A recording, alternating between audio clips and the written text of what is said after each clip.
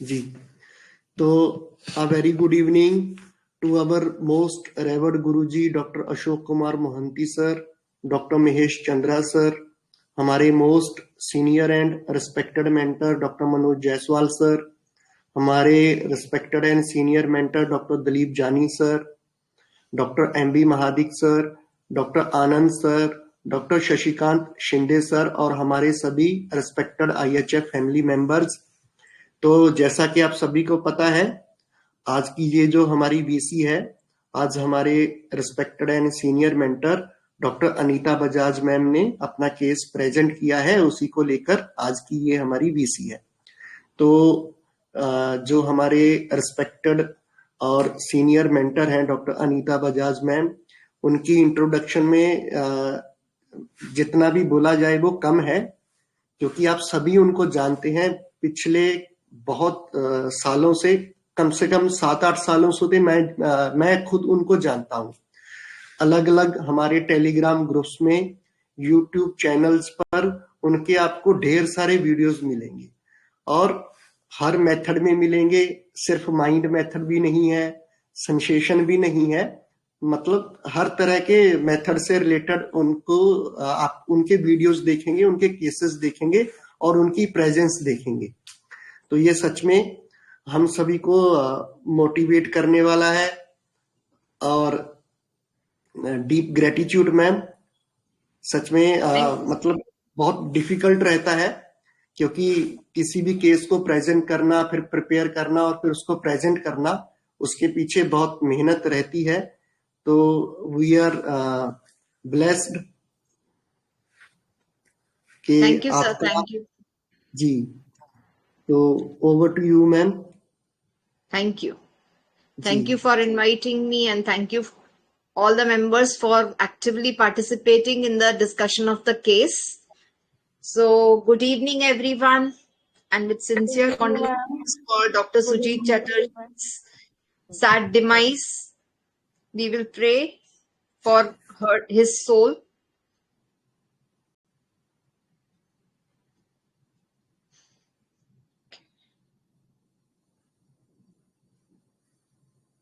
In today's session, see, our focus will be on evolving the reasoning. So everybody is giving their actions. Unfortunately, when I shared the case, my name of the remedy was there. So few people had read the name of the remedy also. So we wanted to change the case, but then finally I thought that it's better, even if you know the name of the remedy, to evolve the reasoning. जब तक आपको उसके reasons ही नहीं पता होंगे कि आप कौन सी रेमेडी क्यों दे रहे हो और वो रीजंस वैलिड हैं कि नहीं है, सही है कि नहीं है, तब तक वो रेमेडी का नाम कोई मायने नहीं रखता है। See, first thing is we have to learn step by step how to evolve the thinking process, how to approach a case. अगर आपने वो थिंकिंग प्रोसेस को अच्छे से इवॉल्व किया है, रेमेडी को बहुत अच्छे से समझा है, तो आप उसको रेप्लिकेट कर सकोगे। कई बार अपना तुक्का लग जाता है, लेकिन हम वो रेमेडी फिर दूसरे केसेस में देते हैं तो उतना सक्सेस नहीं मिलता है। तो इसलिए हमको बहुत बारीकी से समझना होता है कि ये रेमेडी ने काम किया है तो क्यों किया, और नहीं किया है तो क्यों नहीं किया है। इनफैक्ट मैंने आईसीआर से भी ट्रेनिंग लिया हुआ है, और आईसीआर में हमारे लिए ये एक एक्सरसाइज रहती थी। अभी कुछ लोग अपने आईसीआर के होंगे अगर ये ग्रुप में, तो उनको ये पता होगा, standardised paper in homeopathic practice, ऐसे करके हमारे आईसीआर में काफी सिस्टमैटिक स्टडी होती थी। तो काफी सारे फॉर्म्स रहते थे जो हम थ्रू आउट द कोर्स भरते रहते थे केस के बारे में। एक केस का वर्किंग इतना डिटेल्ड होता था कि आजकल एससीआर रिकॉर्डिंग का एग्जामिनेशन होता है कि लोगों ने वो एससीआर स्टैंडर्डाइज्ड केस रिकॉर्ड को कितना समझा है, और जब तक आप वो क्लियर नहीं करते हो, आप आईसीआर की किसी भी ऑर्गेनाइजेशन के सेंटर में काम नहीं कर सकते। तो वो एक डिसिप्लिन है जिसके रहते आप अच्छी ट्रेनिंग पाते हो, आपका माइंड उस तरह से ट्रेन हो जाता है कि आज अगर हमारे सामने भी एससीआर नहीं है, लेकिन उसके हर पेज हमारे सामने प्रेजेंट रहता है। हमें पता रहता है कि इसके बाद क्या करना है, इसके बाद क्या करना है, और बहुत डिटेल्ड वर्किंग होती थी जिसमें हम लोग पूरा analysis of the case, evaluation of the case, totality of the case, repertorisation, differentiation, posology, management of case, planning and programming of the case, follow up criteria बहुत ज्यादा डिटेल में करते थे। तो उसमें जो standardised practice in homeopathic, standardised paper in homeopathic practice होता था, उसमें आपको अगर रेमेडी का नाम बता दिया गया तो आपको उस पर से इवॉल्व करना है कि ये फिजिशियन ने क्या सोच के ये रेमेडी दी है। तो आपको वो केस का पूरा रेट्रोस्पेक्टिव एनालिसिस करना है कि ये केस में ऐसा क्या ये डॉक्टर ने देखा होगा जो ये रेमेडी पे वो पहुंचा, और अगर हम नहीं पहुंच पाए तो हम क्यों नहीं पहुंच पाए। तो पहले केस दिया जाता था, हम अपना थिंकिंग प्रोसेस डाल देते थे, उसके बाद जो वो फिजिशियन, ट्रीटिंग फिजिशियन होता था, वो अपना खुद का एक्शंस देता था सिर्फ, और वो एक्शंस पर से हमको उसका थिंकिंग देखना है कि वो पेशेंट को उसने कैसे समझा, और उसको कंपेयर करके देखना है कि अगर वो डॉक्टर वो रेमेडी पे पहुंच पाया तो हम क्यों नहीं पहुंच पाए। तो ये रीजन में जो आप इतना डिटेल्ड एनालिसिस करते हो, तब आप जो एक केस भी देखोगे ना तो आप कभी भूल नहीं पाओगे। तो इसलिए अगर केस लीक हो भी गया तो कोई प्रॉब्लम नहीं है, क्योंकि हमको फाइनली अप्रोच सीखना है, एक थिंकिंग प्रोसेस कैसे इवॉल्व करना है उसको सीखना है। तो हम केस पे जाते हैं, मैं शेयर करती हूं।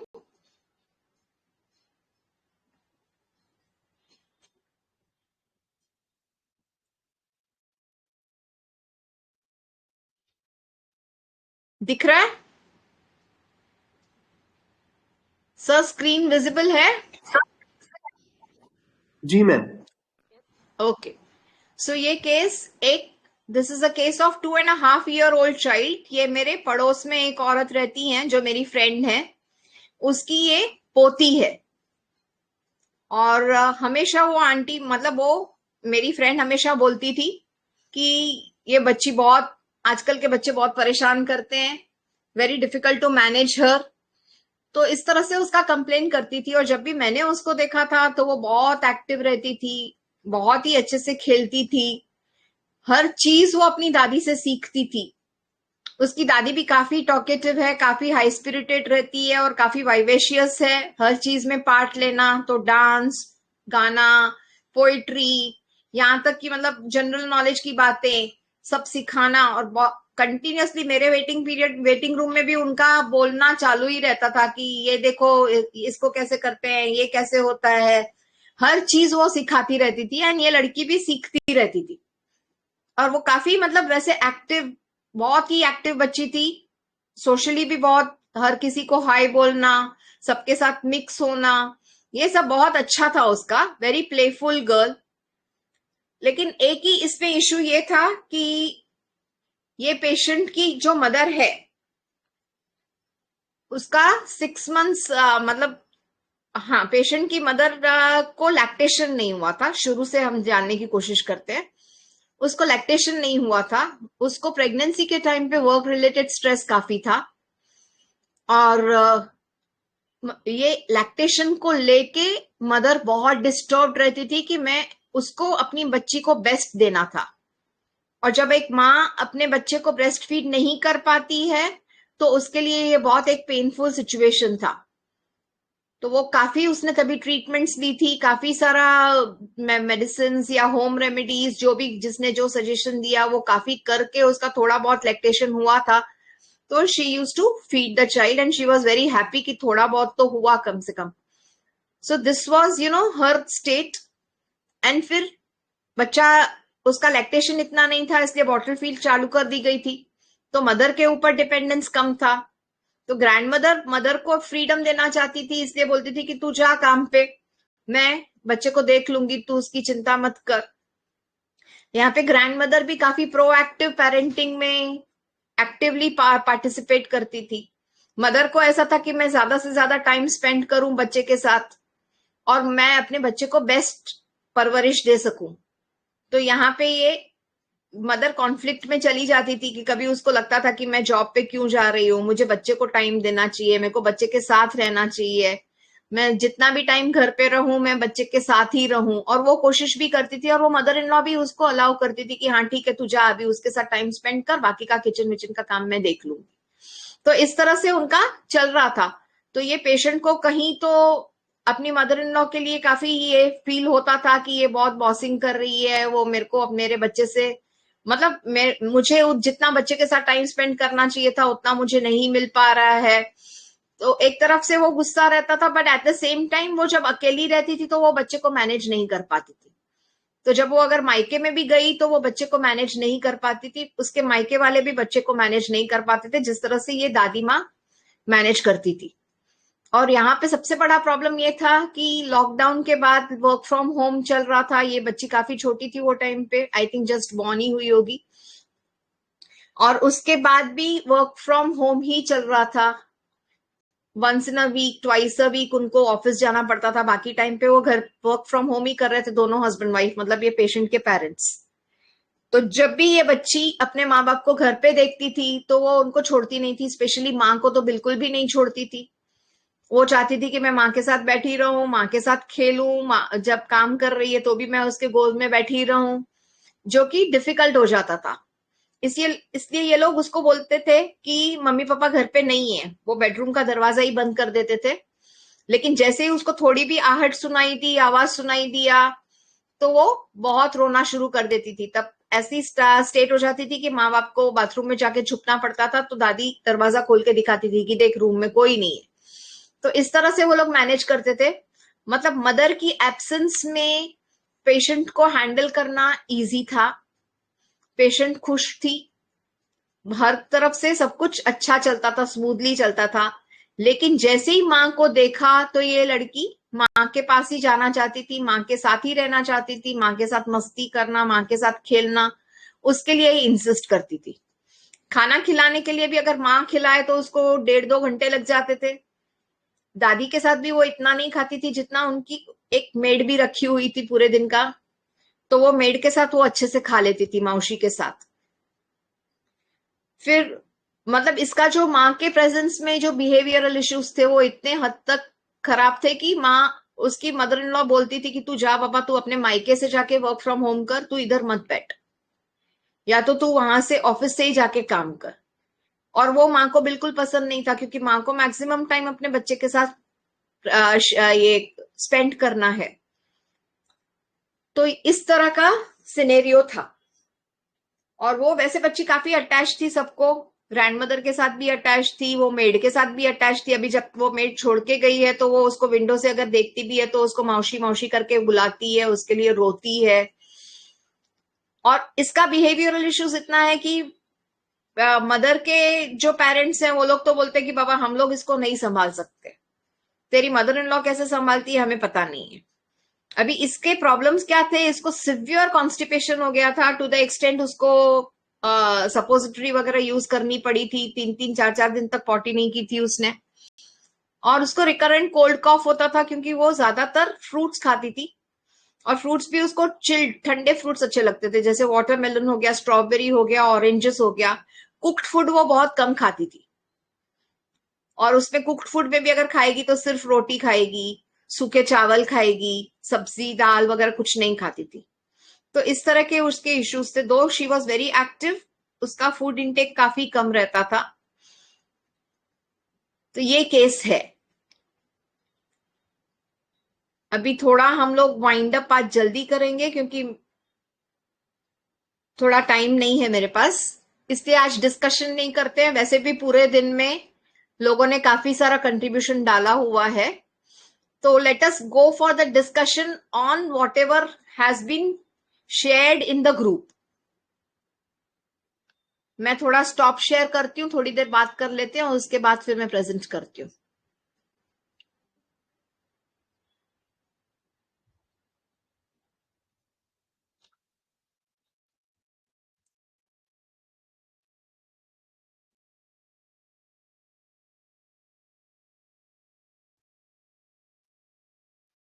सर इसको स्टॉप शेयर कैसे करना है?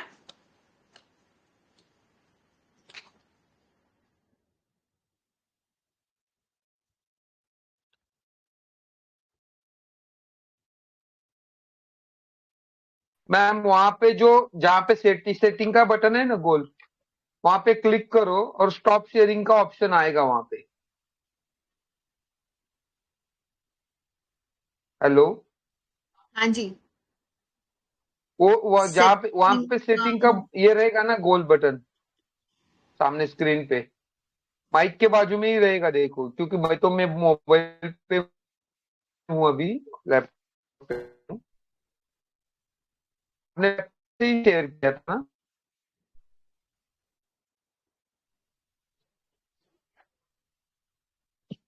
ये क्या हो गया? ओके, हाँ हुआ वहां पे स्टॉप अभी शेयर। आपको स्टॉप शेयर सेटिंग में जाओ और वहां पे स्टॉप शेयरिंग करो।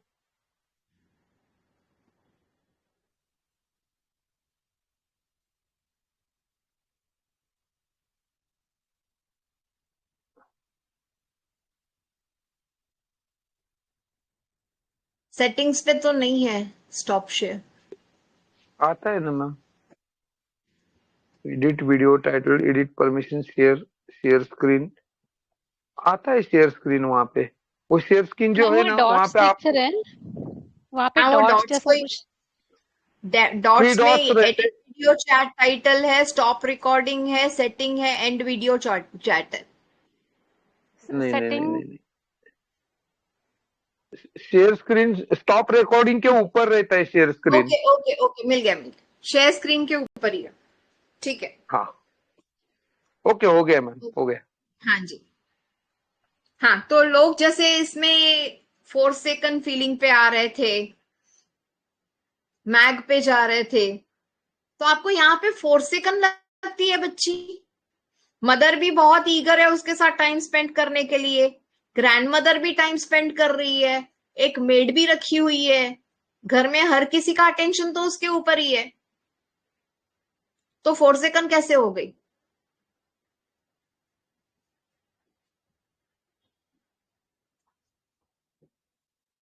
4 सेकंड से ज्यादा तो उसको ज्यादा पैम्पर किया जा रहा है और इसी से बिगड़ी है एग्जैक्टली, वो।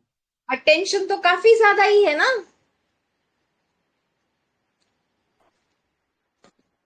हेलो। अभी मदर के एब्सेंस में तो वो बहुत अच्छी रहती है, तब उसका फोरसेकन फीलिंग कहाँ जाता है? Hello, good evening ma'am. Hello. हाँ शबीना जी, आप पहले, सबसे पहले आपने ही कंट्रीब्यूशन दिया था।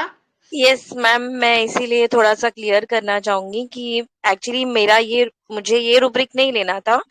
मुझे एक्चुअली बच्ची जो थी वो अटेंशन सीकर थी, बट मुझे मैम क्रॉस रेफरेंस में जैसे मैंने लिखा था कि मुझे नहीं मिला दूसरा रूब्रिक, तो और जब आपने कहा कि नहीं फील चेंज होता है, तो उसके बाद मैम मैंने दूसरा रूब्रिक अप्लाई किया था, पर वो मैं हाँ, मैंने पोस्ट नहीं पढ़ा कर है पाई। आपका रूब्रिक पढ़ा यस, है।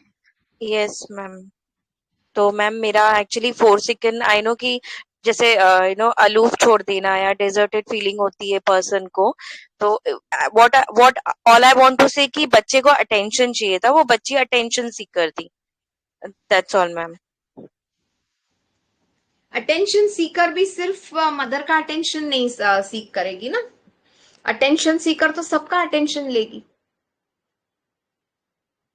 अभी अटेंशन सीकर में भी कैसा है कि अटेंशन लेने के लिए कोई एंटिक्स प्ले करता है, कोई कुछ करता है। Yes yes ma'am. हम्म।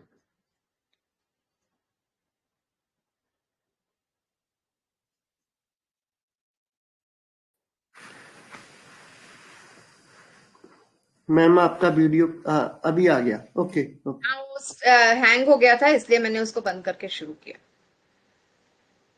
हम्म। और क्या क्या दिया था आपने डिस्कशन में? मैं मोबाइल लेके आना भूल गई।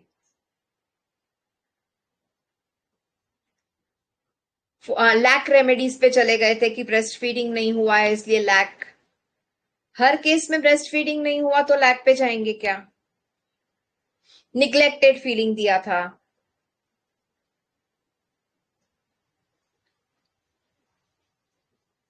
अब आपको ये पूरा जब डायनामिक्स आप सामने रखते हो, जैसे वो भी रूब्रिक दिया था कि behaviour problems in children good at school and with strangers, जो लाइकोपोडियम थूजा ट्यूबरकुलिनम वाला रूब्रिक है।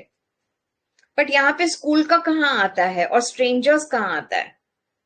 ये तो ग्रैंडमदर और मदर के सामने साथ में डिस्क्रिमिनेशन है, दोनों ही उसके अपने ही है। मैम स्ट्रेंजर मैंने वो केयर टेकर के लिए लिया था, I was not confirm but just. हाँ, लेकिन केयर टेकर के साथ तो वो अच्छा खाती थी, हाँ खाती थी, लेकिन बाकी भी वो ग्रैंडमदर के साथ भी अच्छी ही रह रही है ना।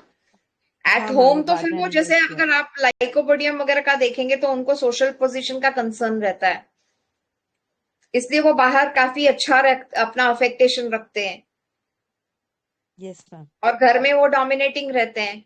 इट इज लाइक वो आपका contemptuous, soft on superiors and hard on inferiors. वो लाइकोपोडियम का वैसे टाइप का अंडरस्टैंडिंग है ना। मैम वो बाद में मेरे को क्लियर हुआ, वो वापस से मैंने वो रूब्रिक्स चेंज करके रूम का जो एक रूब्रिक था ना लास्ट में, वो मैंने डाला था फिर। सही है आपका। मैं सिर्फ आपकी बात नहीं कर रही हूँ, मैं इन जनरल पूरे ग्रुप की बात कर रही हूँ। अभी आपको किसी को भी अच्छे से अंडरस्टैंडिंग बतानी है?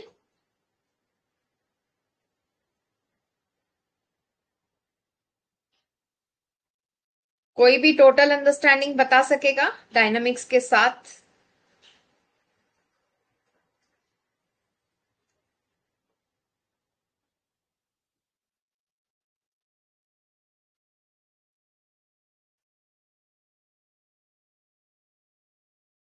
ठीक है, फिर पीपीटी की तरफ ही जाते हैं।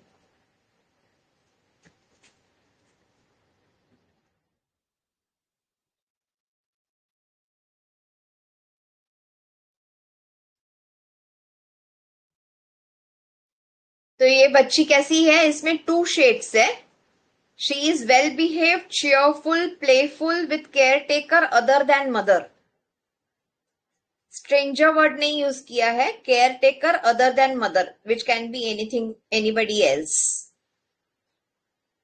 स्क्रीन दिख रहा है ना? Yes ma'am.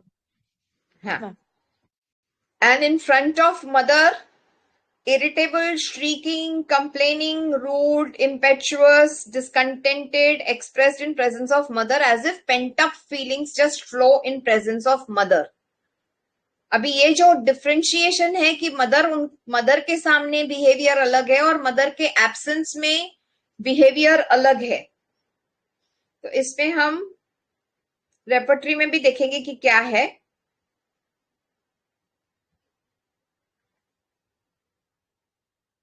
इसमें है attached very mother to, attention desires, aversion everything to, capriciousness, carried desire to be, and this is the rubric which क्या नाम बताया आपने जिन्होंने वो रूम? हाँ, तो company desire for family of mother, इसमें कंपनी डिजायर फॉर फैमिली में भी है and company desire for family and specially of mother में भी है।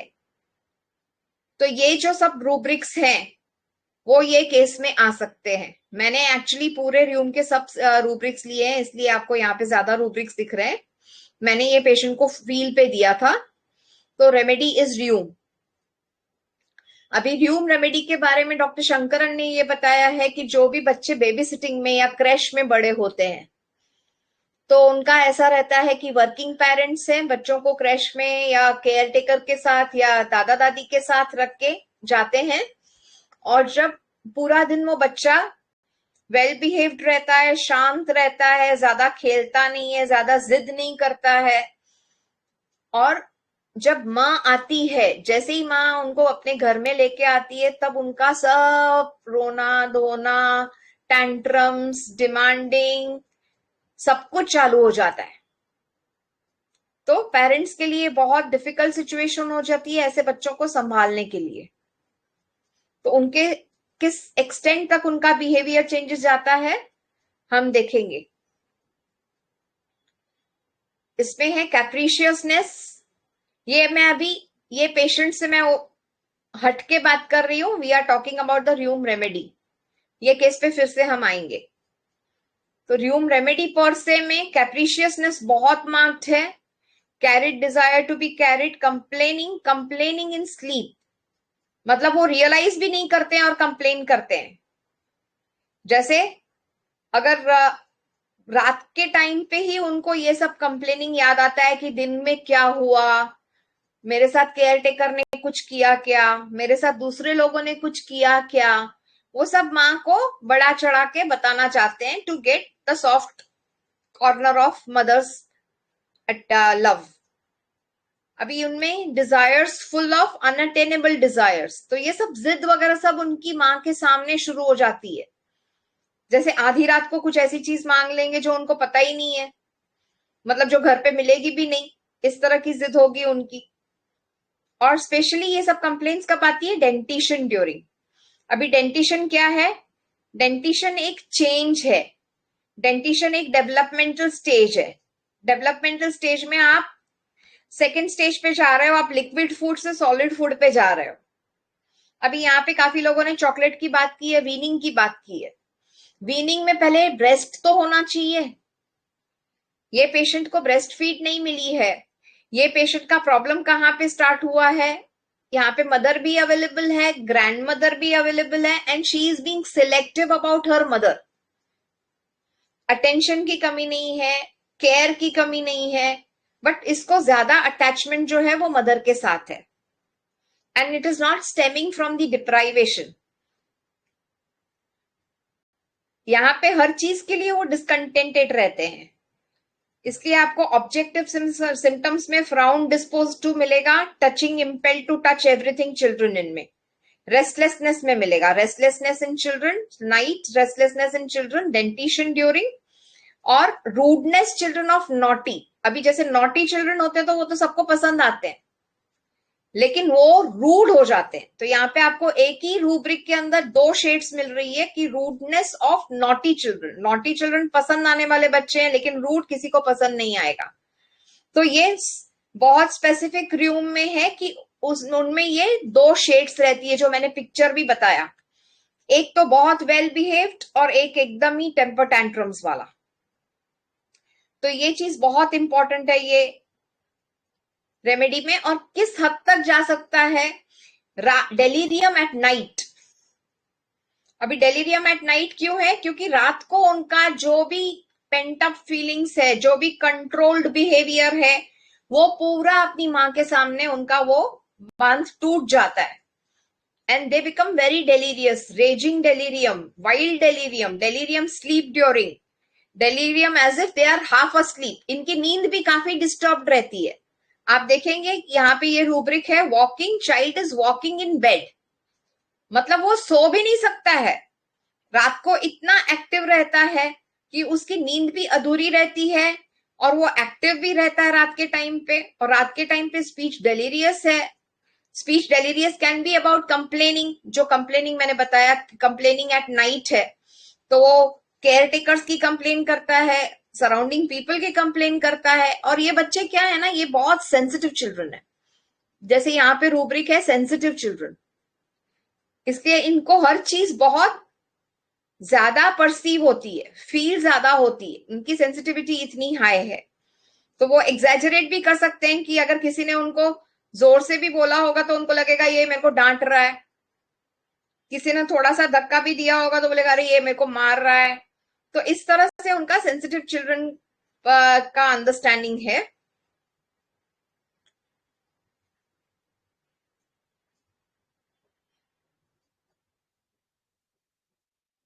ये उनका रात का बिहेवियर है, irritability at night and cheerfulness day time. ये बहुत स्पेसिफिक है नाइट में, क्योंकि हर बच्चा अपने पेरेंट्स के साथ ही सोता है, तो रात का टाइम ऐसा है जब उनको पेरेंट्स मिलते हैं। तो ये अभी पेरेंट्स के साथ उनका कैसा है, इरिटेबिलिटी। अभी ये बच्ची सोती भी नहीं थी, जब मदर पेरेंट्स के साथ सुलाते थे तो बहुत नखरे करती थी।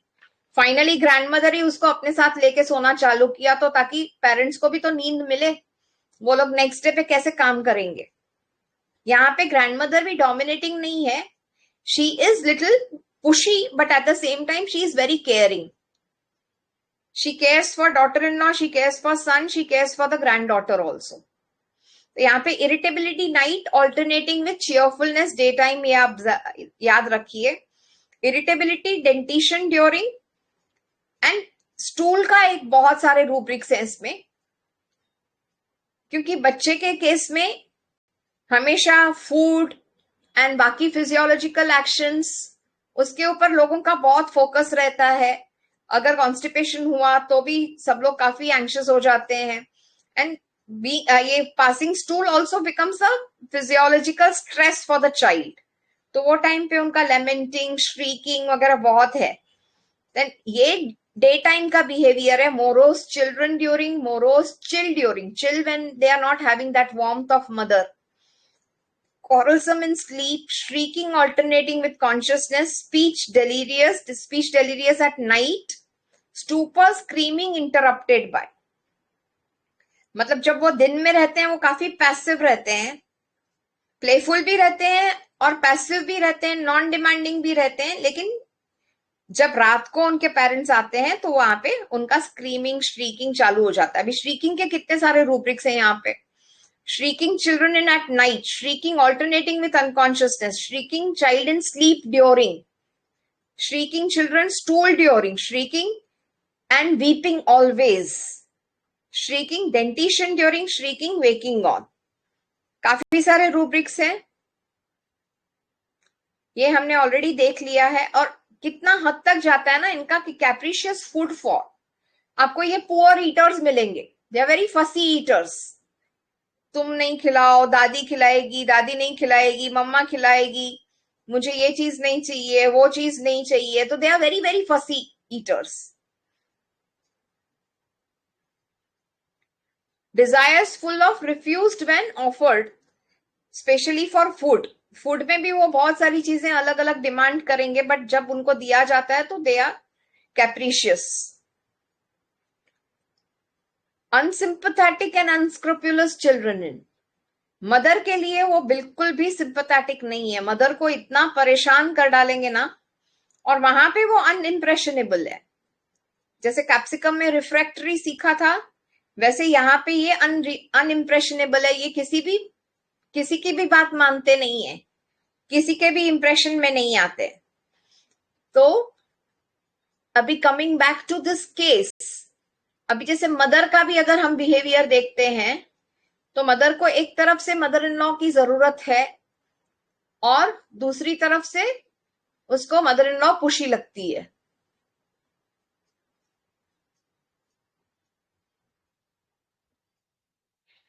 फिर से स्टॉप शेयर करेंगे.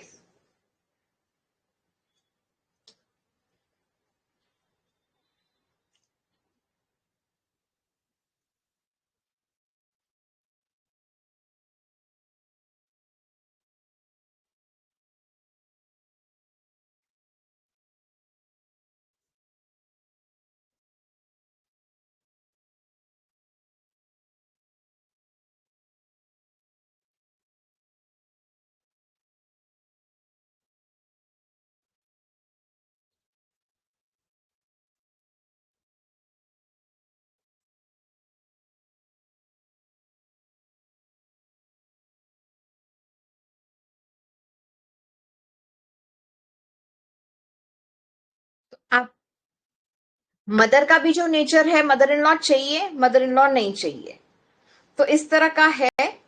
तो याकिर सर ने अपने प्लान चार्ट में इनको अडोलेसेंट स्टेज में रखा है. जैसे अडोलेसेंट्स का भी ऐसा है, एक साइड से उनको फ्रीडम चाहिए रहता है, but at the same time they are not capable enough of taking care of themselves. तो एक तरफ से इंडिपेंडेंट होना चाहते हैं, दूसरी तरफ से डिपेंडेंट रहना चाहते हैं. तो ये जो कैप्रिशियसनेस है या चेंजिएबिलिटी है, उनको खुद को नहीं पता है कि हमें क्या चाहिए. That is very important. इसलिए ऑकवर्डनेस चिल्ड्रन इनमें भी है. तो उनको खुद को पता नहीं है कि उनको क्या चाहिए. कैप्रिशियसनेस में भी है ही, इसलिए कुछ भी मांगेंगे लेकिन वो दिया फिर भी उनको वो सेटिस्फेक्शन तो नहीं होता है. तो आप मदर का स्टेट भी देखिए और डॉटर का भी स्टेट देखिए. डॉटर को मदर चाहिए, लेकिन कितना चाहिए. डॉटर को ग्रैंडमदर के साथ अच्छी रहती है, तो मदर के साथ अच्छी क्यों नहीं रह सकती. अगर एक तरफ से उसको मदर चाहिए तो मदर के साथ अच्छी तरह से रहना चाहिए ना. जब मदर है तब अच्छी तरह से रहे. लेकिन वो रिजेक्ट करते हैं क्योंकि ये थर्ड सब क्लास में है। थर्ड सब क्लास में चाइल्ड वोम से बाहर निकल रहा है। चाइल्ड के लिए वोम अभी छोटा पड़ रहा है, उसको बाहर निकलना है, तो वो किक करके बाहर निकलता है।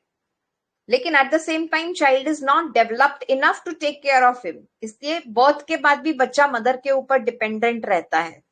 तो एक तरफ से वो वुम को किक करके बाहर निकलता है, रिजेक्ट करता है, और दूसरी तरफ से डिपेंडेंसी है। तो ये जो चेंजेबिलिटी है वो कैप्रिशियसनेस में कन्वर्ट होती है, एंड उनको खुद को पता नहीं रहता है कि हमको क्या चाहिए क्या नहीं चाहिए।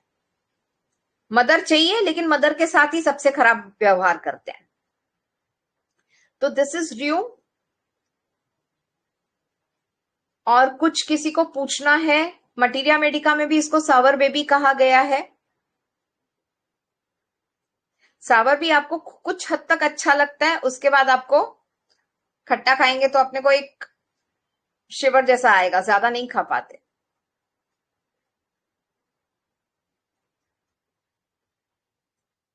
चॉकलेट के साथ दूसरा एक इशू ये है कि चॉकलेट में जो मदर है वो भी चाइल्ड को रिजेक्ट करती है, इसलिए काफी सारे रूब्रिक्स मदर के भी हैं कि she is carrying a hairy baby, और वो पॉर्क्यूपाइन वाला जो है देसी, मतलब उसमें मदर की तरफ से भी रिजेक्शन है क्योंकि मदर को अपना फ्रीडम चाहिए। मदर वो रिस्पॉन्सिबिलिटी लेने वाले फेज में नहीं है चॉकलेट में, इसलिए मदर की तरफ से भी रिजेक्शन है और चाइल्ड की तरफ से भी रिजेक्शन है। यहाँ पे मदर की तरफ से रिजेक्शन नहीं है, यहाँ पे मदर का सिचुएशन ऐसा है कि उसको दूर रहना पड़ता है, लेकिन फिर जब आती है तब उसको रिजेक्ट किया जाता है। वो गुस्सा, पूरा जो पेंटअप गुस्सा है उसके ऊपर निकाला जाता है कि तुम मुझे छोड़ के क्यों गई। तो ये र्यूम और चॉकलेट के बीच का डिफरेंस है। अगर आप ये, इसलिए जब भी आपको प्रैक्टिस में, और आजकल तो बहुत सारी मदर्स वर्किंग मदर्स हैं, तो working mothers have to depend on somebody. वो एक बाई रखें या केयर टेकर रखें या बच्चे को क्रैश में रखें या बच्चे को दादा दादी के पास छोड़ें, नाना नानी के पास छोड़ें, किसी और के साथ छोड़ें। तो इस तरह का अगर आपको पिक्चर मिलता है कि वो उनके साथ बहुत अच्छी तरह से बच्चे रहते हैं, ज्यादा डिमांडिंग नहीं रहते, शांत रहते हैं, लेकिन जैसे ही माँ के साथ घर पे आते हैं तो वो माँ को परेशान करते हैं। तो इस तरह का अगर आपको पिक्चर मिलता है तो आपको हमेशा सोचना है कि हमको र्यूम, उसमें at least we have to consider that possibility of child being rheum. और शंकरन सर ने भी इसको बोला है कि it is a combination of mag and chamomilla. जैसे जब मदर नहीं है तो दे बिकम लाइक मैग, एकदम शांत, वेल बिहेव्ड, ताकि उनको सबका प्यार मिल सके। Like an orphan they will sit in one corner. Sitting in corner भी इसमें रूब्रिक है, they want to sit in corner. Sitting inclination to sit, aversion to play things, aversion to play, ये इस तरह के रूब्रिक्स हैं। लेकिन जब मदर आ गई तो फिर तो बहुत अच्छी तरह से वो मां को परेशान कर देते हैं।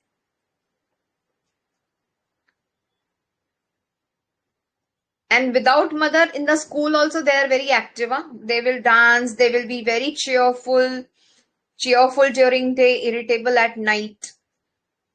तो ये चाइल्ड वैसे प्लेफुल भी रह सकता है, सिट इंक्लिनेशन टू सिट में भी रह सकता है, लेकिन वो एटलीस्ट एब्सेंस, मदर के एब्सेंस में काफी quite and well behaved and easily handled हो सकता है। But once mother is in the picture then they are delirious. इसलिए डे नाइट का भी डिफरेंस आप देखिए, उनका डे में बहुत अच्छे रहते हैं, नाइट में इरिटेबल, श्रीकिंग, इम्पेचुअस मतलब they want anything that time only, तुरंत उनकी डिजायर को फुलफिल करना चाहिए। तो इस तरह के दो फेजेस आपको याद रखने र्यूम में। Any questions?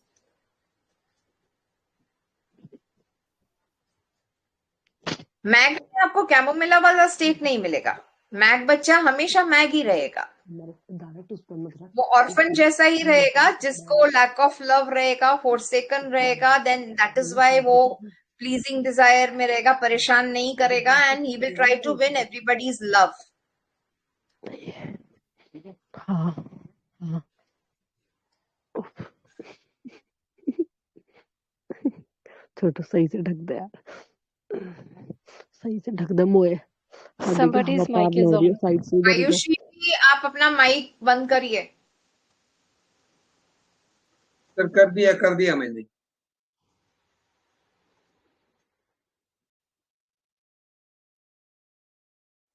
किसी का कोई क्वेश्चन? आज प्रवीण सर थोड़ा नॉट फीलिंग बेटर तो वो छोड़ दिए।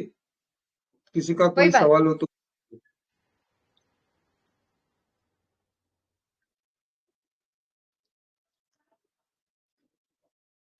अगर किसी का सवाल नहीं हो तो बोल दो, मैम को भी थोड़ा जल्दी है, वाइंड अप करेंगे फिर। किसी भी बच्चे के केस में आप सिर्फ बिहेवियरल फीचर्स पे मत जाइए, क्योंकि हर केस में आपको वीपिंग मिलेगा, क्रैंकी मिलेगा, इरिटेबिलिटी मिलेगा, रेस्टलेस मिलेगा, श्रीकिंग मिलेगा, ऑब्स्टिनेसी मिलेगा। लेकिन जब आप पूरा डायनामिक्स देखते हैं तो आप चाइल्ड को बहुत अच्छे से डिफरेंशिएट कर सकते हैं।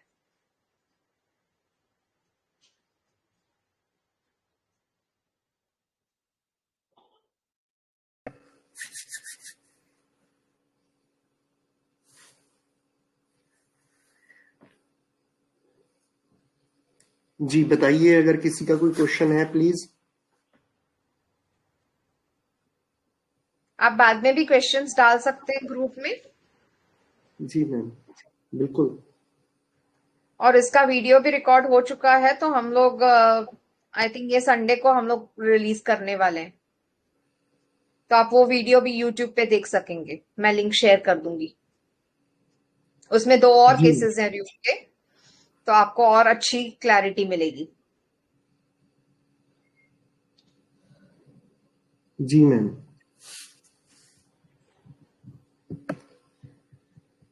इंटीग्रेटेड होम्योपैथी के ग्रुप में आपको मिलेगा वो वीडियो। जी, तो जिन्होंने इंटीग्रेटेड होम्योपैथी ग्रुप जो है, अनीता बजाज मैम भी वहां पर हैं, हमारे शोभा मैम हैं, और निरुपमा मैम हैं, कुशाला मैम हैं। तो बहुत अच्छा ग्रुप है, और वहां पर भी ढेर सारी अच्छी लर्निंग होती है। और हमारे IHF ग्रुप में भी हमने उसका ग्रुप लिंक जो है वो शेयर किया था। अगर फिर भी किसी ने ज्वाइन नहीं किया है तो बोलिएगा, हमें मैसेज कीजिएगा, फिर से आप लोगों के साथ उसका शेयर कर देंगे लिंक ग्रुप का।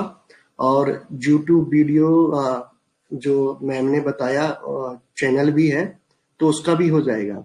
और सच में ma'am, deep gratitude, great great learning, और सच में रियूम के बारे में जो आपने आज अपना केस प्रेजेंट किया है और आज जो हमको सिखाया है, तो जिस तरह से रिस्पांस नहीं आ रहा है उसका रीजन यही है क्योंकि मोस्ट ऑफ द मेंबर्स इस मेडिसिन के बारे में, इसके माइंड के बारे में ज्यादा कुछ जानते नहीं है, इसीलिए उस तरह का रिस्पांस नहीं आ रहा है। लेकिन बाद में बट आई ढेर थिंक सारी अभी नहीं इस नहीं सेशन सर, के बाद इस सेशन के बाद आप रियूम को पकड़ सकोगे और काफी अच्छी तरह से प्रिस्क्राइब कर सकोगे, क्योंकि काफी कॉमन रेमेडी है, और स्पेशली वर्किंग पेरेंट्स के साथ जो बच्चे रहते हैं उनमें आपको ये रेमेडी जरूर मिलेगी। सर बहुत अच्छा पढ़ाया मैम ने। थोड़े से हम स्पीचलेस हैं क्योंकि मैम ने बहुत ही पूरी सिचुएशन बताई है, तो उसको मतलब थोड़ा एब्जॉर्प्शन और मतलब एब्जॉर्प्शन का प्रोसेस चल रहा है, बट बहुत ही अच्छा बताया है, जिसकी वजह से थोड़े हम साइलेंस है। इट्स टर्निंग साइलेंस होता है ना, थोड़ा मेडिटेट करके चबा रहे हैं। लाइक मैम हैज कोई गिवन बात नहीं, very nourishing lecture ma'am, thank you सो कोई बात मच। नहीं, आप उसको फिर से पढ़िए, मैं PPT भी शेयर कर लूंगी। और 2 दिन के बाद हमारा वीडियो भी आने वाला ही है, तो आप उसमें देखना 2 और केसेस डॉक्टर कुशाला ने शेयर किए हैं, तो टोटल आपके पास 3 केसेस हो जाएंगे, तो और भी ज्यादा कॉमन अंडरस्टैंडिंग आपको समझ में आएगी। Ma'am please thank you ma'am. ये रूम से जो वर्किंग पेरेंट्स रहते हैं उनका रूम से रिलेटेड कोई आसपास और भी कोई रेमेडी है क्या? वो तो बिहेवियर के ऊपर डिपेंड करेगा, लेकिन अभी ये पर्टिकुलर सिचुएशन के लिए डॉक्टर शंकरन ने भी डिस्क्राइब की हुई है। और उसमें ये जो एक तरफ से चाहिए माँ, और अगर माँ है तो उसके साथ अच्छे से बिहेव नहीं करना है, तो ये जो कॉन्फ्लिक्ट है वो आपको रूम में ही मिलता है। और बाकी कोई रेमेडी मुझे ऐसे स्पेसिफिकली ऐसी ये सिचुएशन के लिए डिस्क्राइब की हुई है ऐसा तो नहीं है। फिर तो आप बच्चे का बिहेवियर देख के ही आप देख सकेंगे कि क्या हो सकता है, क्योंकि अगर एक तरफ से देखा जाए तो काफी बच्चे अडॉप्ट कर भी लेते हैं, तो not all the children come up with elements because of that. काफी सारे बच्चे तो अडॉप्ट कर ही लेते हैं। अभी हम भी वर्किंग पेरेंट्स है, तो हमारे बच्चों को ये तकलीफ नहीं आई। दो both my children were in creche for some time, तो ऐसा कुछ जरूरी नहीं है। बट सेंसिटिव चिल्ड्रन है, जैसे ये रूब्रिक सेंसिटिव चिल्ड्रन में भी रूम है, तो आपको सेंसिटिव चिल्ड्रन के हिसाब से आपको ये सिचुएशन मिल सकती है। एंड स्पेशली डॉक्टर यादगिर ने ये भी डिस्क्राइब किया है कि they are very sensitive to any change, इसलिए वो डेंटिशन के टाइम पे भी इनको एलिमेंट्स आते हैं। तो that can be there sensitivity to change in the caretaker may also be a precipitating factor, कि केयर टेकर बदलता रहता है तो एक स्टेडी कनेक्शन नहीं है।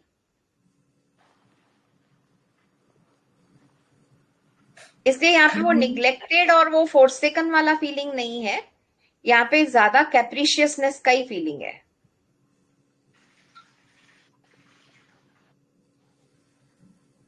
Hello ma'am. हाँ जी। हाँ, केस बाद में वो डोज देने के बाद क्या क्या चेंजेस आए उसमें? हाँ, उसका बिहेवियर काफी चेंज हो गया। इतना मतलब वो जो परेशान करके रख देती थी ना, उसमें काफी चेंज आया। उसका कॉन्स्टिपेशन तो 1-2 दिन में ही ठीक हो गया था। एंड शी स्टार्टेड ईटिंग खिचड़ी खाना शुरू किया, 2-4 और चीजें खानी उसने शुरू की, तो उसका ईटिंग भी इम्प्रूव हो गया। प्लस कोल्ड जो उसको बहुत फ्रीक्वेंट होने लगते थे, वो उसका फ्रीक्वेंसी भी काफी कम हो गया। और मैंने उसको डायरेक्ट रूम 1M ही दिया था, क्योंकि माइंड के ऊपर ही दे रहे थे। वैसे भी चिल्ड्रन में ससेप्टेबिलिटी काफी हाई रहती है और सेंसिटिविटी भी काफी हाई थी, तो मैंने उसको 1M सिंगल डोज ही दिया था। और उसके बाद काफी अच्छी, thank you for reminding me to give the follow up, काफी उसके बिहेवियर में फर्क पड़ गया था। शी वॉज क्वाइट सोने में, माँ को परेशान करने में भी बहुत उसमें फर्क पड़ गया था। She was quite playful and mother herself said कि अरे बहुत अच्छा हुआ है। मजे की बात थी कि when they used to go for holidays also ना, ग्रैंड मदर को लेके जाना पड़ता था, क्योंकि मदर एंड फादर दोनों हैंडल ही नहीं कर पाते थे उसको। और इसके बाद अभी पेरेंट्स के साथ वो अकेली घूमने गई थी and mother had good time with her. मतलब उसको वो बिल्कुल ऐसे लगा नहीं कि मैं इसको हैंडल नहीं कर पाऊंगी। 2 दिन सैटरडे संडे वो लोग गए थे, तो she could manage her very well. और उसको कॉन्फिडेंस भी आ गया कि ना, मैं अकेली इसको अभी मैनेज कर सकती हूँ, तो मुझे हर जगह अपनी मदर इन लॉ को लेके जाने की जरूरत नहीं है।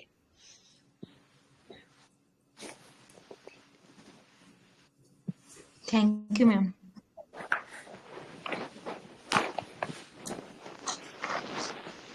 और इस ऐसी सिचुएशंस में अगर आप बच्चे को ठीक करते हो ना, तो घर वालों के लिए भी लाइफ बहुत इजी हो जाती है। You are really relieving their stress also, क्योंकि अगर बच्चा रोता है ना, तो घर में कोई नहीं सो पाता।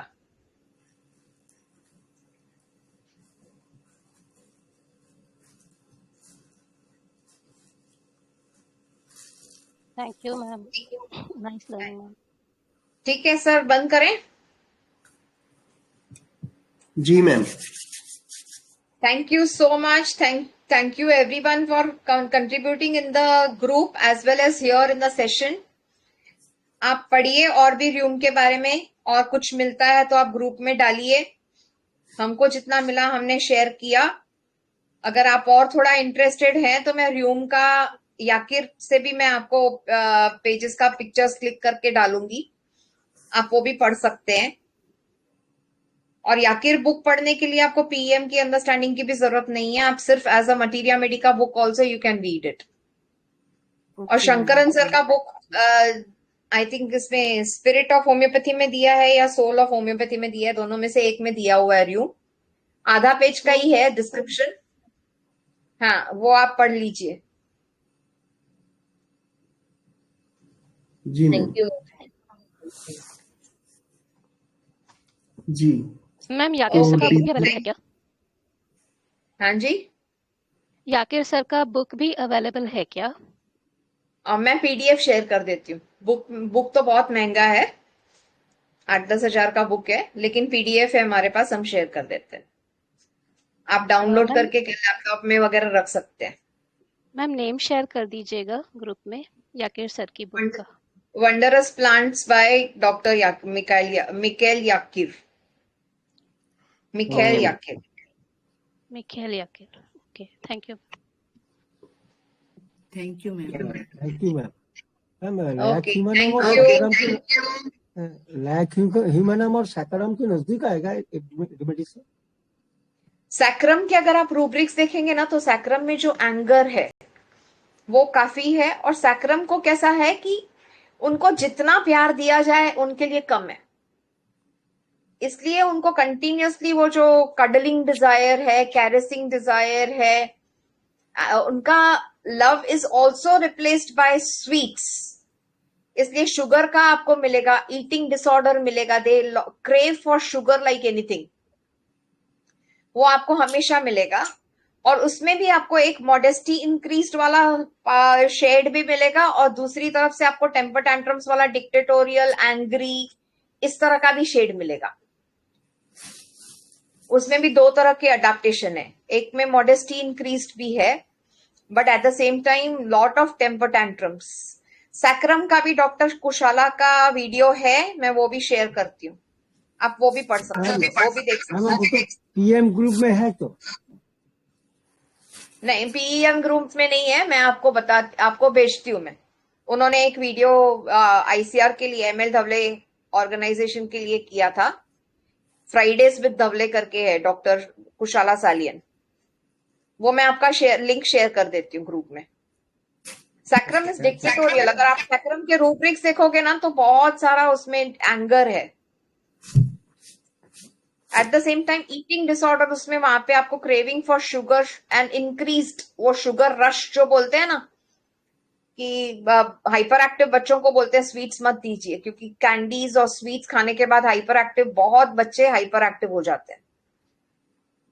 और उसमें हाइपर एक्टिव बच्चों का एडीएचडी वगैरह आफ्टर स्वीट्स, और उसमें भी बच्चे इतना प्यार देने के बाद भी ना वो बच्चे हमेशा डिप्राइव्ड ही रहते हैं।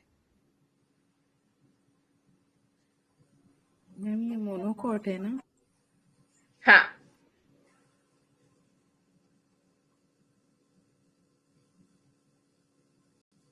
सैक्रम, बम्बूजा एंड ट्रिनिकम साथ में आते हैं।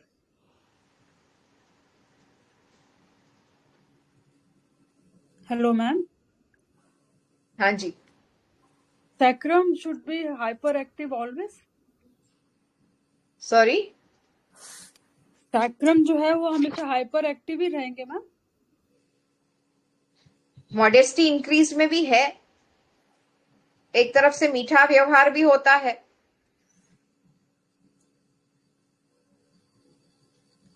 Ma'am, my question is they should be hyperactive only or lazy? मैं They वही can be बोल रही lazy. हूँ कि हाइपर एक्टिव ही हो ऐसा जरूरी नहीं है, लेकिन हाइपर एक्टिव बच्चों में, and specially with craving sugar and aggravation after having sweets, ये उसमें स्पेसिफिकली सैक्रम में है। Okay, ma'am. Thank you. Thank you ma'am, बहुत बहुत इन्फॉर्मेशन मिल गया। मैम लैक ह्यूमनम नजदीक आएगा ना? लैक ह्यूमनम क्यों नजदीक आएगा सर? क्या है लैक ह्यूमनम में? लैक ह्यूमनम को तो मदर का रिजेक्शन मिला है। हाँ हाँ यहाँ पे तो मदर को भी चाहिए ना कि मैं बेस्ट टाइम बच्चे के साथ स्पेंड कर सकूं।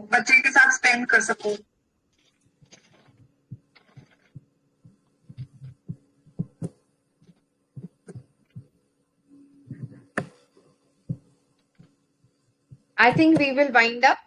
Thank you so much. कोई भी डिफिकल्टी होगी प्लीज आप ग्रुप में डाल दीजिए, मैं आंसर कर दूंगी।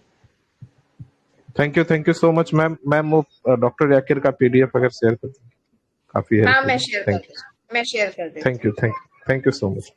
Okay, You're thank you already so much. learning, ma'am. Thanks a lot, ma'am. Thank you ma'am. जी, deep gratitude to our respected and senior mentor Dr. Anita Bajaj ma'am, wonderful session ma'am। और Rheum की आज की ये जो session है बहुत ही extra ordinary है और मोस्ट ऑफ द हमारे मेंबर्स जो हैं वो साइलेंट हैं और बहुत कम मेंबर्स ने बाद में क्वेरी डाला है। तो सबसे पहले तो मैं हमारे IHF फैमिली मेंबर से रिक्वेस्ट करना चाहता हूं कि जो भी हमारा इस तरह से सेशन होता है प्लीज उसके बाद स्टडी कीजिए। स्टडी करने के बाद फिर क्वेश्चन अपना शेयर कीजिए, जो भी आपकी क्वेरी है वो डालिए। स्पून फीडिंग के ऊपर काम मत कीजिए। तो जो आपने जायकर सर की बुक के बारे में बोला है वो आप सबके साथ शेयर कर दिया जाएगा। तो आज की VC को यहीं पर वाइंड अप करते हैं। एक बार फिर से deep gratitude to our respected and senior mentor doctor Anita Bajaj ma'am. Thank you ma'am, thank you so much, wonderful learning. और deep gratitude to our respected IHF family members. तो आज की VC को यहीं पर वाइंड अप। इनक्रेडिबिलिटी जो होमियो ग्रुप का आप लिंक बता रहे थे, इसमें ग्रुप में है जो IHF में, उसमें लिंक मिला नहीं सर। तो सर वो मेरे को आप पर्सनल मैसेज कीजिए प्लीज। अच्छा सर, तो पर्सनली मैसेज कीजिए सर प्लीज, समझिए इस चीज को। ठीक सर।